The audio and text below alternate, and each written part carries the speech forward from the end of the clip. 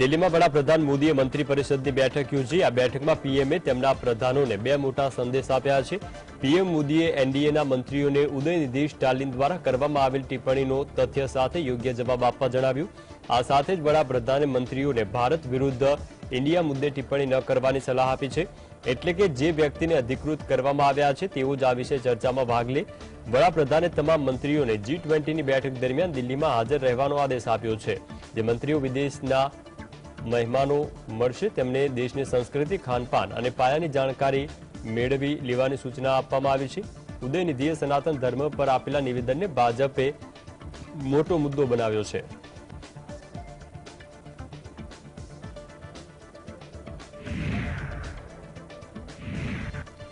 ડીએમકેના નેતા ઉદયનિધિ સ્ટાલિને સનાતન ધર્મ વિશે આપેલી વિવાદાસ્પદ ટિપ્પણી પર માફી માંગવાનો ઇનકાર કર્યો છે। આ પછી તેમણે કહ્યું છે કે નવી સંસદ ભવન બિલ્ડિંગના ઉદ્ઘાટન કાર્યક્રમમાં રાષ્ટ્રપતિ દ્રૌપદી મુર્મુને આમંત્રણ આપવામાં આવ્યું ન હતું। ઉદયનિધિના નિવેદનને લઈને ભાજપે વિપક્ષી પાર્ટીઓના ઇન્ડિયા ગઠબંધન સામે સવાલ કર્યા છે। ભાજપે આ અંગે વિપક્ષી ઇન્ડિયા ગઠબંધન પાસે માફી માંગ કરી છે। જો કે ઇન્ડિયા ગઠબંધને ઉદયનિધિ સ્ટાલિનના નિવેદનને તેમનો અંગત અભિપ્રાય ગણાવ્યો। કેટલાક પક્ષો તેમના નિવેદનને સમર્થન આપી રહ્યા છે, તો કેટલાક ઉદયનિધિના સંયમ રાખવા અપીલ કરી રહ્યા છે। Best example, the Honorable President Draupadi Murmu madam, she was not invited for the opening of the parliament. Right. That is the best current example. Thank you. No question of apology.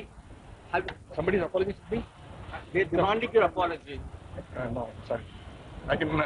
This is not an apology to them. For a question. આગામી 9 સપ્ટેમ્બરે દિલ્હીમાં G20 સંમેલન પહેલા વડાપ્રધાન નરેન્દ્ર મોદી આજથી 2 દિવસ ઇન્ડોનેશિયાના પ્રવાસે છે। ઇન્ડોનેશિયાના રાષ્ટ્રપતિ જોકો વિડોડોના આમંત્રણને લઈને તેઓ 20માં આસિયાન ભારત શિખર સંમેલનમાં સામેલ થશે। વડાપ્રધાન નરેન્દ્ર મોદી આસિયાનના વર્તમાન અધ્યક્ષ સ્વરૂપે ઇન્ડોનેશિયા તરફથી આયોજિત 18મા પૂર્વ એશિયા શિખર સંમેલનમાં ભાગ લેશે। વિદેશ મંત્રાલયના મતે આસિયાન ભારત શિખર સંમેલનમાં ભારત આસિયાન સંબંધોની પ્રગતિની સમીક્ષા સાથે સહયોગથી માંડીને ભવિષ્યની દિશા નક્કી કરશે। ઇન્ડોનેશિયા G20 દેશોના ટ્રોયકાનો એક ભાગ છે। G20માં ટ્રોયકા એટલે 3 દેશો હોય છે જેઓ G20ની વર્તમાન, ભવિષ્ય અને ભૂતકાળની યજમાની કરી હોય। ઇન્ડોનેશિયા પાસે ગત વર્ષે G20 સમૂહનું અધ્યક્ષપદ હતું।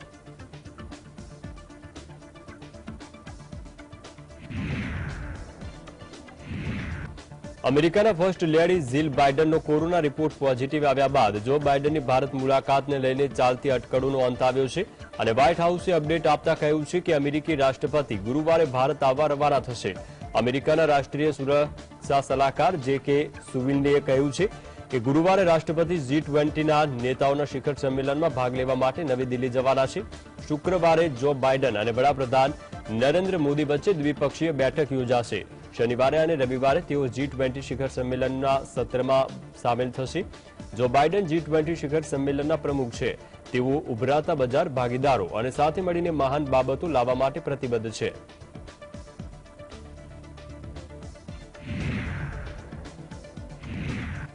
ચીનના પ્રમુખ શી જિનપિંગ ભારતમાં યોજાનારી G20 શિખર પરિષદમાં હાજર રહેવાના નથી। તેઓના બદલે વડાપ્રધાન લી કિયાલ ચીનનું પ્રતિનિધિત્વ કરશે। જો કે ચીનના વિદેશ મંત્રાલયે જિનપિંગના હાજર ન રહેવાનું કારણ આપ્યું નથી, પણ તે સ્પષ્ટ છે કે સીમા વિવાદની ભારત ચીન સંબંધો પર સ્પષ્ટ અસર દેખાય છે। અમેરિકાના પ્રમુખ જો બાઇડને પણ શી જિનપિંગ ભારત ન આવવાથી નિરાશા દર્શાવી હતી।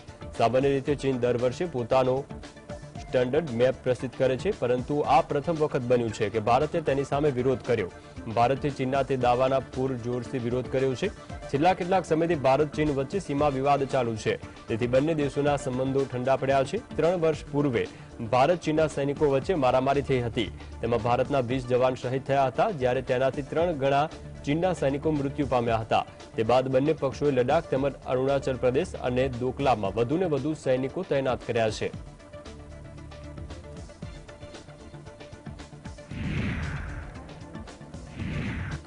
દિલ્હીમાં યોજાનારી G20 સમિટમાં ચીનના રાષ્ટ્રપતિ શી જિનપિંગ સામેલ થવાના નથી, ત્યારે આ વિશે પ્રતિક્રિયા આપતા વ્હાઇટ હાઉસના અધિકારી જેક સુલિવાનીએ જણાવ્યું છે કે ચીન પાસે સંમેલનમાં સામેલ થવા અને કામ બગાડવાની ભૂમિકા ભજવવાનો વિકલ્પ છે।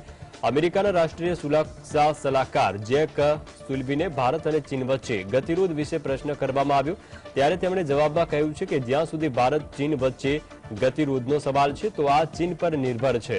જો ચીન વસ્તુઓ બગાડવાની ભૂમિકા ભજવવા માંગે છે તો આ તેની પાસે વિકલ્પ છે. તેમણે જણાવ્યું કે યુએસ સહિત G20 પરિષદમાં અન્ય સભ્યના રાષ્ટ્ર ક્લાઇમેટ ચેન્જ, બહુપક્ષીય વિકાસ, બેંક સુધારણા, ટેકનોલોજી પર ધ્યાન કેન્દ્રિત કરશે.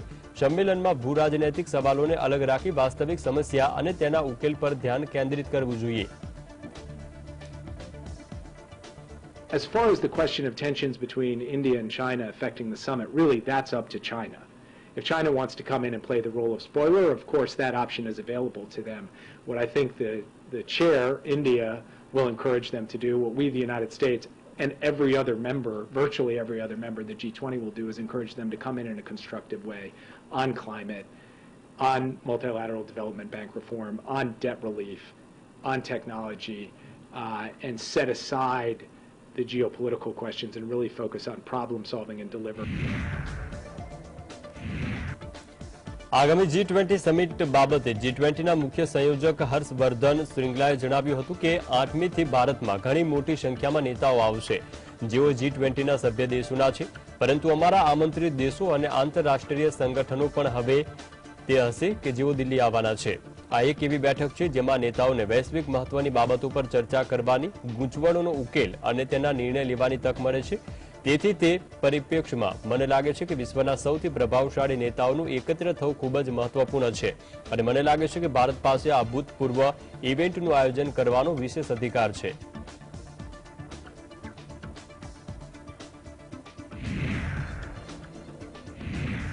દિલ્હીમાં G20 સમિટને માત્ર હવે ગણતરીના દિવસો બાકી છે ત્યારે તેને લઈને તમામ તૈયારીઓ કરવામાં આવી રહી છે.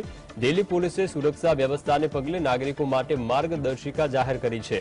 દિલ્હી ટ્રાફિક પોલીસના સ્પેશિયલ કમિશનર SS યાદવે જણાવ્યું હતું કે અમે નાગરિકોને બેઠકના સમયગાળા દરમિયાન ઇન્ડિયા ગેટ અને કર્તવ્ય પથ પાસે ચાલવા અથવા સાયકલિંગ ન કરવાની સલાહ આપીએ છીએ.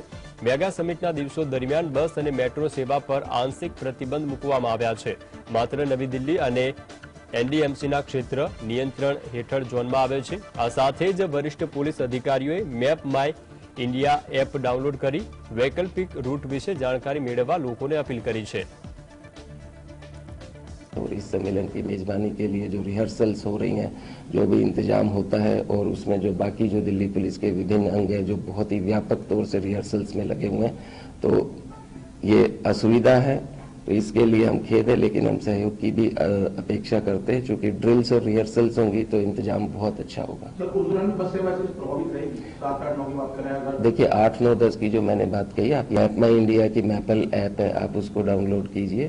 स्वदेशी ऐप है, भारत की ऐप है, आप उसको डाउनलोड कीजिए. उसमें आपको जो है नई दिल्ली नियंत्रण क्षेत्र में जो भी रिस्ट्रिक्शंस है उसको बाईपास करके आपको जो भी ऑल्टरनेटिव करेक्ट रूट्स हैं, अगर आप अपनी कार से जाना चाहते. દિલ્હીમાં G20 સમિટ યોજાવાની છે ત્યારે કેજરીવાલ સરકારે સમગ્ર રાજધાનીમાં 8 થી 10મી સપ્ટેમ્બરના રોજ તમામ શાળા, કોલેજ અને કચેરી બંધ રાખવાનો આદેશ કર્યો છે. દિલ્હી સરકારના શિક્ષણ મંત્રી આતિશી માલ્યનાએ આ અંગે સત્તાવાર જાહેરાત કરી છે. આતિશી માલ્યનાએ જણાવ્યું છે કે 8મી થી 10મી સપ્ટેમ્બર દરમિયાન ઘણા પ્રતિબંધો લાદવામાં આવ્યા હોવાથી સમગ્ર દિલ્હીમાં તમામ કાર્યાલયો બંધ રાખવાનો આદેશ કરાયો છે. દિલ્હી વિદેશી મહેમાનોનું સ્વાગત કરવા માટે તૈયાર છે. ये ऑफिसेज सारे बंद रहेंगे 8, 9, 10 तीनों दिनों के लिए. इसलिए भी बंद रहेंगे क्योंकि इस दौरान कई प्रकार की ट्रैफिक रिस्ट्रिक्शन, सिक्योरिटी रिस्ट्रिक्शंस वगैरह रहेंगी. इस पूरे समय में कई देशों के डेलीगेट्स आ रहे हैं, हेड्स ऑफ स्टेट आ रहे हैं, सीनियर ऑफिशियल्स आ रहे हैं, जा रहे हैं और उनकी कई जगह पे मीटिंग्स, विजिट्स, टूर्स वगैरह भी लगी हुई हैं. तो इसलिए पूरी दिल्ली में ही, not just New Delhi district, क्योंकि ये ट्रैफिक रिस्ट्रिक्शंस, सिक्योरिटी रिस्ट्रिक्शंस हैं, इसलिए तीनों दिन के लिए चाहे स्कूल्स हों, चाहे कॉलेजेस हों, चाहे ऑफिसेज हों, सबको बंद किया गया. G20 દેશોના સમૂહની દિલ્હીમાં આયોજિત બેઠકમાં ચીનના રાષ્ટ્રપતિ શી જિનપિંગ સામેલ થવાના નથી, જે સૌથી વધુ ચર્ચાનો વિષય બન્યો છે. ત્યારે ભારતના વિદેશ પ્રધાન S જયશંકરે શી જિનપિંગની ભારત ન આવવાની મુલાકાત પર એક ઇન્ટરવ્યુમાં પ્રતિક્રિયા આપી અને કહ્યું હતું કે કોણ આવી રહ્યું છે કે કોણ આવી રહ્યું નથી તે કોઈ મુદ્દો નથી, તે પણ કોઈ ફરક પડતો નથી કે કયો દેશ કોને મોકલે, પરંતુ મહત્વના મુદ્દા પર દેશનું સ્ટેન્ડ લે તે જ મહત્વનું છે. I think at different points of time in G20, there have been some presidents or prime ministers who, for whatever reason, have chosen not to come themselves.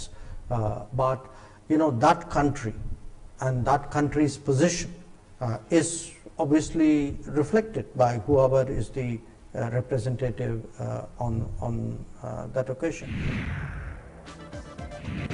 કોંગ્રેસના સાંસદ મનીષ તિવારીએ જણાવ્યું છે કે જો વિદેશ પ્રધાન ડોક્ટર એસ જયશંકર એવું કહેવાનો પ્રયાસ કરતા હોય કે તેઓ છેલ્લા એક વર્ષમાં G20ના નેજા હેઠળ બ્રાન્ડિંગ કવાયત હાથ ધરી છે, તો તે દાવા ઉપર 2024ની ચૂંટણીમાં પરીક્ષણ કરવામાં આવશે.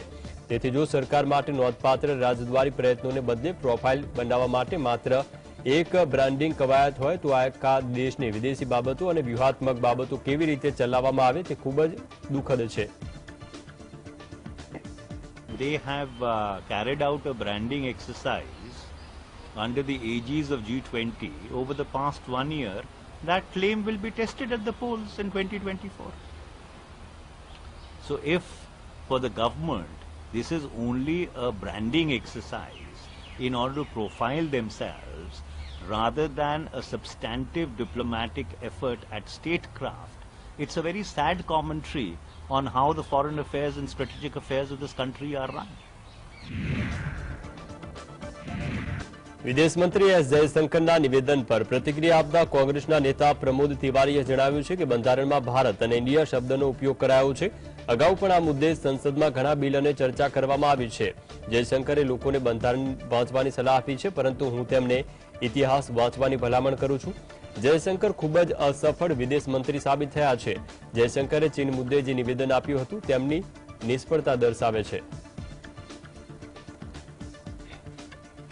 इंडिया दैट इज भारत, ये दोनों बहुत सोच समझ के विचार विमर्श करके सिर्फ एक बार नहीं किए गए हैं. सुप्रीम कोर्ट 2 बार ये मैटर जा चुका, सुप्रीम कोर्ट ने भी इनकार किया. कई बार लोकसभा राज्यसभा में इस पे प्राइवेट बिल आए, उस पर भी चर्चा हो चुकी है. तो ये इतिहास पढ़े. मैं तो विदेश मंत्री जो कहने लोग संविधान पढ़े, तो मैं उन्हें सलाह दूंगा इतिहास पढ़िए. आपका इतिहास बड़ा कमजोर है, इसीलिए आपने बंटाधार कर दिया है विदेश नीति का भारत के, कचरा कर दिया है आपने. आप बहुत ही असफल विदेश मंत्री साबित हुए हैं.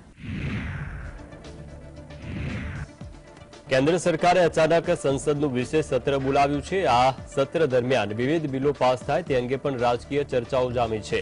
ત્યારે સત્ર પહેલા કોંગ્રેસના પૂર્વ રાષ્ટ્રીય અધ્યક્ષ સોનિયા ગાંધીએ વડાપ્રધાન નરેન્દ્ર મોદીને પત્ર લખ્યો છે. તેમણે સંસદના વિશેષ સત્ર અંગે સરકારના એજન્ડા અંગે માહિતી માંગી છે. તેમણે અદાણી મુદ્દે, બેરોજગારી, વધતી મોંઘવારી સહિત 9 મુદ્દાઓ અંગે સરકારને ચર્ચા કરવા માંગ કરી છે. સોનિયા ગાંધીએ પીએમ મોદીને લખેલા પત્રમાં 9 મોટા મુદ્દાનો ઉલ્લેખ કરાયો છે. પ્રથમ મુદ્દામાં વધતી મોંઘવારી, બેરોજગારી, એમએસએમઈની સમસ્યા સહિત વર્તમાન આર્થિક સ્થિતિની વાત કરવામાં આવી. તો બીજા મુદ્દે ખેડૂતો સંબંધિત છે, જે સરકારે ખેડૂત સંગઠન સાથે ઘણીવાર ચર્ચા વિચારણા કરી છે. આ દરમિયાન સરકારે ખેડૂતોને આશ્વાસન પણ આપ્યું હતું. ત્યારે તે આશ્વાસનની વર્તમાન સ્થિતિ શું છે અને ન્યૂનતમ ટેકાના ભાવને ગેરંટી એક્ટ અંગે સરકારનું વલણ શું છે? સોનિયા ગાંધીએ જાતિની વસ્તી ગણતરીની માંગ ઉઠાવી છે. તેમણે કહ્યું છે કે ફૂડ સિક્યોરિટી એક્ટના કારણે 14 કરોડ લોકો વંચિત રહ્યા છે. કોંગ્રેસ કેન્દ્ર અને રાજ્ય વચ્ચેના સંબંધ અંગે પણ વિસ્તારથી ચર્ચા કરવા સરકાર પાસે માંગ કરી રહી છે.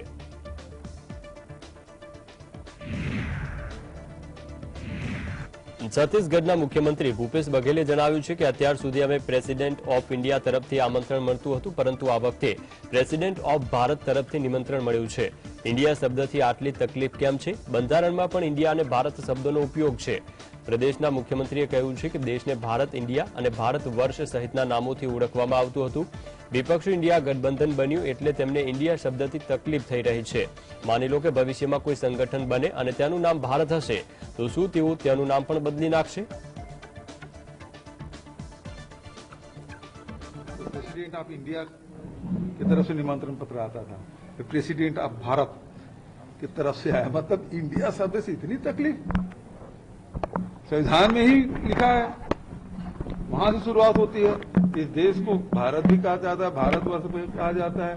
और हमारे पंडित जी लोग पढ़ते हैं तो जम्मू द्वीपे भरत खंडे इस प्रकार से कहते हैं, इंडिया भी कहते हैं। कितने नामों से देश को जाना जाता है। ये जो गठबंधन बना है वो इंडिया हो गया तो उससे उसको परहेज हो गया है। यदि कल के लोग यदि कोई संगठन बने और उसका नाम भारत हो तो क्या वो भी बदलेंगे? નેતાજી સુભાષચંદ્ર બોઝનો પરિવાર ભાજપથી અલગ થયો છે। નેતાજીના પુત્ર ચંદ્રકુમાર બોઝે ભાજપમાંથી રાજીનામું આપ્યું છે। ભાજપમાંથી રાજીનામું આપવા પર નેતાજી સુભાષચંદ્ર બોઝના પુત્ર ચંદ્રકુમાર બોઝે જણાવ્યું હતું કે 2016માં મેં ભાજપમાં યોગદાન આપ્યું હતું। હું નરેન્દ્ર મોદીના નેતૃત્વથી પ્રભાવિત હતો। મારા સિદ્ધાંતો મારા દાદા શરદચંદ્ર બોઝ અને તેમના નાના ભાઈ સુભાષચંદ્ર બોઝ સાથે સુસંગત છે। તેમના સિદ્ધાંતો એ હતા કે તેઓ દરેક ધર્મને ભારતીય તરીકે જોતા હતા। તેઓ વિભાજન અને સાંપ્રદાયિકની રાજનીતિ સામે લડ્યા હતા। મેં બંગાળની વ્યૂહરચના અંગે ભાજપના રાજ્ય અને કેન્દ્રીય નેતૃત્વને ઘણા પ્રસ્તાવ આપ્યા છે, પરંતુ તેઓએ મારી દરખાસ્તને ઉપયોગમાં ન લીધી હોવાનું જણાવ્યું। જ્યારે તેમણે કહ્યું છે કે જ્યારે મારી કોઈ પણ દરખાસ્ત સ્વીકારવામાં ન આવે તો પછી આ પક્ષ સાથે રહેવાનો કોઈ અર્થ નથી। હું કામ કરવા સક્ષમ નથી, તેથી મને લાગ્યું કે હું આ પાર્ટી સાથે રહેવું ખોટું છે। મેં જેપી નડ્ડાને સ્પષ્ટ કહ્યું છે, મારી શુભકામનાઓ પાર્ટી સાથે છે। स्ट्रैटेजी के बारे में हम काफी प्रस्ताव भाजपा को दिया है, केंद्रीय नेतृत्व की भी दिया है, पश्चिम बंगाल का भी भाजपा का जो स्टेट कमेटी है दिया है। मगर मेरा जो प्रपोजल है माना जाता अच्छा प्रपोजल, मगर वो कभी इंप्लीमेंट नहीं हुआ। तो जब आदर्श मेरा प्रस्ताव कोई भी पालन नहीं किया जाता है पार्टी में, तो मेरा इस पार्टी के साथ रहना कोई काम की बात नहीं है। રાષ્ટ્રપતિ ભવનમાં G20 સમિટના ડિનર માટેની આમંત્રણ પત્રિકામાં પ્રેસિડેન્ટ ઓફ ઇન્ડિયાના બદલે પ્રેસિડેન્ટ ઓફ ભારતના નામે મોકલવામાં આવતા રાજકીય વિવાદ શરૂ થયો છે। ભાજપ અને વિપક્ષી પાર્ટીઓ આમને સામને છે અને એકબીજા પર આરોપ લગાવી રહી છે। ભાજપના અધ્યક્ષ જેપી નડ્ડાએ કોંગ્રેસ પર આકરા પ્રહાર કરતા લખ્યું છે, શું આપણે એ પાર્ટી પાસે કોઈ અપેક્ષા રાખી શકીએ જે ભારતની પ્રસ્તાવના પણ જાણતી નથી? કોંગ્રેસે બંધારણ અને ડોક્ટર આંબેડકર પ્રત્યે સન્માન નથી। જેપી નડ્ડાએ કોંગ્રેસની આ પોસ્ટનો સ્ક્રીનશોટ ટ્વિટર પર શેર કર્યો છે અને દાવો કર્યો છે કે કોંગ્રેસે શેર કરેલ બંધારણની પ્રસ્તાવનામાં જોડણીની ભૂલ હતી, જેના પર તેમણે લાલ વર્તુળનું નિશાન પણ દોર્યું અને લખ્યું હતું કે શું આપણે તો આ પાર્ટી પાસેથી કંઈ પણ અપેક્ષા રાખી શકીએ જે ભારતનું બંધારણ પણ નથી જાણતા? તેઓએ આરોપ લગાવ્યો હતો કે કોંગ્રેસના મનમાં દેશ પ્રત્યે અને દેશના બંધારણ પ્રત્યે, બંધારણીય સંસ્થાઓ પ્રત્યે કોઈ સન્માન નથી। તેને માત્ર ચોક્કસ પરિવારના વખાણ કરવાનો મતલબ છે। કોંગ્રેસના દેશ વિરોધી અને બંધારણ વિરોધી ઇરાદાથી સારી રીતે લોકો પરિચિત છે।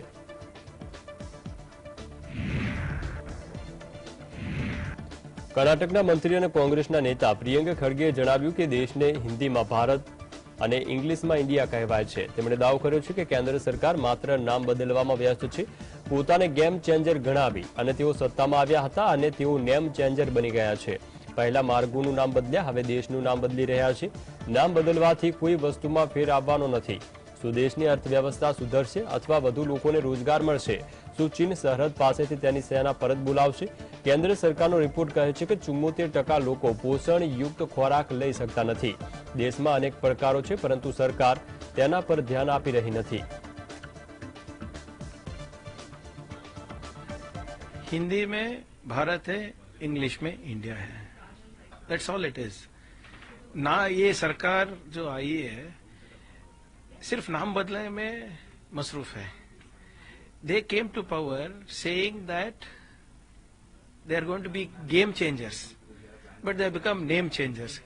पहले रोड्स का नाम बदलते थे, अभी देश का नाम बदलने जा रहे हैं।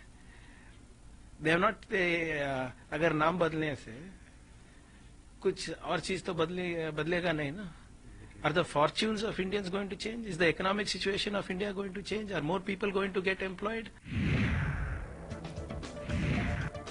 G20 સમિટમાં આમંત્રણમાં પ્રેસિડેન્ટ ઓફ ઇન્ડિયાની જગ્યાએ પ્રેસિડેન્ટ ઓફ ભારત શબ્દનો પ્રયોગ કરાતા દેશનું નામ બદલવામાં આવે તેવી ચર્ચાએ જોર પકડ્યું છે। ત્યારે આ વિશે પ્રતિક્રિયા આપતા બોલિવૂડ અભિનેતા જેકી શ્રોફે જણાવ્યું કે ભારત બોલવામાં શું ખોટી વાત છે? નામ બદલવાથી વસ્તુઓ થોડી બદલાય છે। જેકી શ્રોફે જણાવ્યું કે મારું નામ જેકી છે, પરંતુ કેટલાક લોકો મને જોકી બોલે છે, તો કોઈ કહે છે જેકી, પણ હું બદલાયો નથી। નામ બદલવાથી આપણે થોડા બદલાઈશું। આ પહેલા અમિતાભ બચ્ચને પણ સોશિયલ મીડિયા પ્લેટફોર્મ एक्स पर भारत माता की जय લખ્યું હતું। देश का आपका नाम भारत, आपका क्या नाम था? दुनिया पहले सबसे क्या नाम था अपना? भारत बोलते थे। जय भारती, बराबर यही था ना गाना। करो, अगर आपको भारत बोलना है तो कोई बुरी बात तो नहीं है, भारत ही बोल रहे हैं भारत को ना। लेकिन कुछ विपक्षी पार्टी ऐतराज कोई है, चलो इंडिया है तो इंडिया है, भारत है तो भारत। मेरा नाम जैकी है, मुझे कोई जॉकी बोलता है, कोई जेकी बोलता है, मेरे नाम को इतना तोड़ देते, मगर मैं नहीं बदलूंगा। हम कैसे बदलेंगे? नाम बदलेंगे, हम थोड़ी बदलेंगे।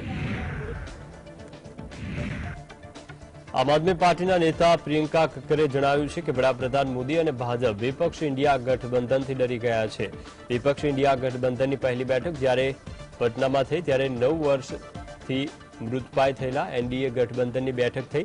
અમારી બીજી બેઠક બેંગલુરુમાં યોજાઈ। ત્યારબાદ કેન્દ્ર સરકારે ઘરેલું એલપીજી ગેસ સિલિન્ડરની કિંમતમાં લગભગ 200 રૂપિયા સુધીનો ઘટાડો કર્યો અને મુંબઈમાં ત્રીજી બેઠક બાદ ઇન્ડિયા શબ્દ વિરુદ્ધ આવી વાતો ફેલાવવામાં આવી રહી છે કે બંધારણમાં ઇન્ડિયા અને ભારત બંને શબ્દોનો ઉલ્લેખ છે। असली मुद्दा ये है कि भाजपा और प्रधानमंत्री मोदी इंडिया गठबंधन की बैठक से घबरा गए हैं। आपने देखा जब पहली मीटिंग पटना में हुई हमारे गठबंधन की, तो पहली बार 9 सालों में एनडीए की 40 घटक दलों की मीटिंग हुई, जो साफ दर्शाता था कि मोदी जी अकेले नहीं पर्याप्त। फिर दूसरी मीटिंग हुई जब हमारी बैंगलोर में इंडिया गठबंधन की, तब लगातार एलपीजी 9 सालों से बढ़ाते जाने के बाद 200 रुपए की राहत मिली दूसरी मीटिंग के बाद। जब अब तीसरी मीटिंग हमारी सक्सेसफुली हुई तो इंडिया नाम के प्रति ऐसी नफरत फैलाई जा रही है। G20 ડિનરના આમંત્રણમાં રાષ્ટ્રપતિ દ્રૌપદી મુર્મુને ભારતના રાષ્ટ્રપતિ તરીકે ઓળખવામાં આવતા રાજકીય વિવાદ સર્જાયો છે। કેન્દ્રીય મંત્રી અનુરાગ ઠાકુરે મંગળવારે કહ્યું હતું કે વિપક્ષી પાર્ટીઓએ ભારતને ભૂલવું ન જોઈએ। નામને લઈને કોઈ મુશ્કેલી ન આવી હોવી જોઈએ। અનુરાગ ઠાકુરે કહ્યું છે કે આમાં કોઈ મોટી વાત નથી। આ પહેલા પણ તમે ભારત સરકારના નામે ઘણા આમંત્રણ પત્ર મોકલ્યા હતા। સમસ્યા ક્યાં છે? હું ભારત સરકારમાં મંત્રી છું। ઘણી ન્યૂઝ ચેનલોમાં નામમાં પણ ભારત છે। શા માટે કોઈએ ભારત સામે વાંધો હોવો જોઈએ? ભારતના નામથી વાંધો છે તેવા લોકો વિરોધ કરી રહ્યા છે। વિપક્ષનો આરોપ છે કે સરકાર દેશનું નામ ઇન્ડિયા હટાવીને માત્ર ભારત નામનો ઉપયોગ કરવા માંગે છે। આ મુદ્દે વિપક્ષી પાર્ટીઓ પર નિશાન સાધતા કેન્દ્રીય મંત્રીએ કહ્યું છે કે ભારતના નામનો વિરોધ કોણ કરી રહ્યું છે? શું હવે ભારતનું નામ આવે ત્યારે તમને દુઃખ થાય છે? આ એ જ લોકો છે જેઓ પક્ષને દેશ સમક્ષ મૂકે છે। રાજકારણના દલદલમાં ફસાયેલા છે। તેણે વિદેશની ધરતી ઉપર પણ દેશને બદનામ કરવાના પ્રયાસ કર્યા છે।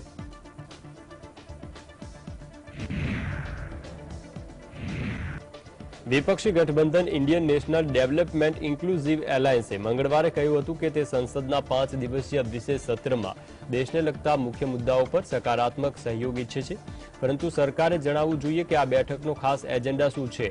કોંગ્રેસ અધ્યક્ષ મલ્લિકાર્જુન ખડગેના નિવાસસ્થાને ભારતના ઘટક પક્ષોના બંને ગૃહોના નેતાઓની બેઠક યોજાઈ હતી, જેમાં સત્ર સંબંધિત રણનીતિ પર ચર્ચા કરવામાં આવી। સૂત્રોનું કહેવું છે કે સોનિયા ગાંધી વડાપ્રધાન નરેન્દ્ર મોદીને પત્ર લખીને આગામી સત્રમાં મહિલા આરક્ષણ બિલને પસાર કરવાની વિનંતી કરશે। આ બિલ રાજ્યસભા દ્વારા પસાર કરવામાં આવ્યું છે। વિપક્ષી દળોએ એ પણ નક્કી કર્યું છે કે તેમની આગામી સભા ભોપાલમાં થશે અને પહેલી જાહેર સભા પણ મધ્યપ્રદેશમાં યોજાશે। મધ્યપ્રદેશમાં આ વર્ષના અંતમાં વિધાનસભાની ચૂંટણી યોજાવાની છે। આ બેઠકમાં ડીએમકેના નેતા ટીઆર બાબુ, રાષ્ટ્રવાદી કોંગ્રેસ પાર્ટીના નેતા સુપ્રિયા સુલે, તૃણમૂલ કોંગ્રેસના ડેરેક ઓબ્રોયન, જનતા દળના રાજીવ રંજન સિંહ, આમ આદમી પાર્ટીના સંજય સિંહ હાજર રહ્યા। શિવસેનાના સંજય રાઉત, સમાજવાદી પાર્ટીના એસટી હસન અને અન્ય કેટલાક પક્ષોના નેતાઓએ હાજરી આપી હતી।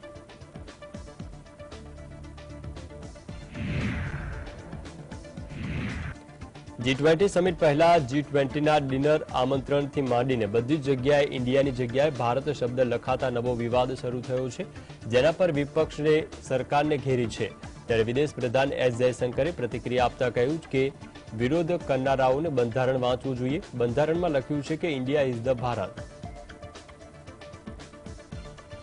India, that is Bharat. It is there in the constitution. Please, I would invite everybody to read it.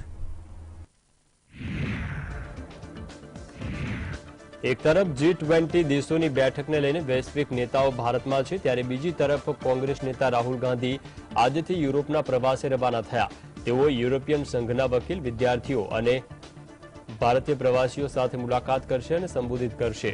Rahul Gandhi 7 સપ્ટેમ્બરે બ્રેલ્સમાં યુરોપિયન સંઘના વકીલોના સમૂહ સાથે મુલાકાત કરવાના છે. 8 સપ્ટેમ્બરે પેરિસની એક વિશ્વવિદ્યાલયમાં વિદ્યાર્થીઓને સંબોધિત કરશે, જ્યારે 9 સપ્ટેમ્બરે પેરિસ, ફ્રાન્સમાં શ્રમિક સંગઠનની બેઠકમાં પણ રાહુલ ગાંધી ઉપસ્થિત રહેવાના છે. આ ઉપરાંત 10 સપ્ટેમ્બરે ઓસ્લોમાં પ્રવાસી ભારતીય કાર્યક્રમને પણ રાહુલ ગાંધી સંબોધિત કરશે.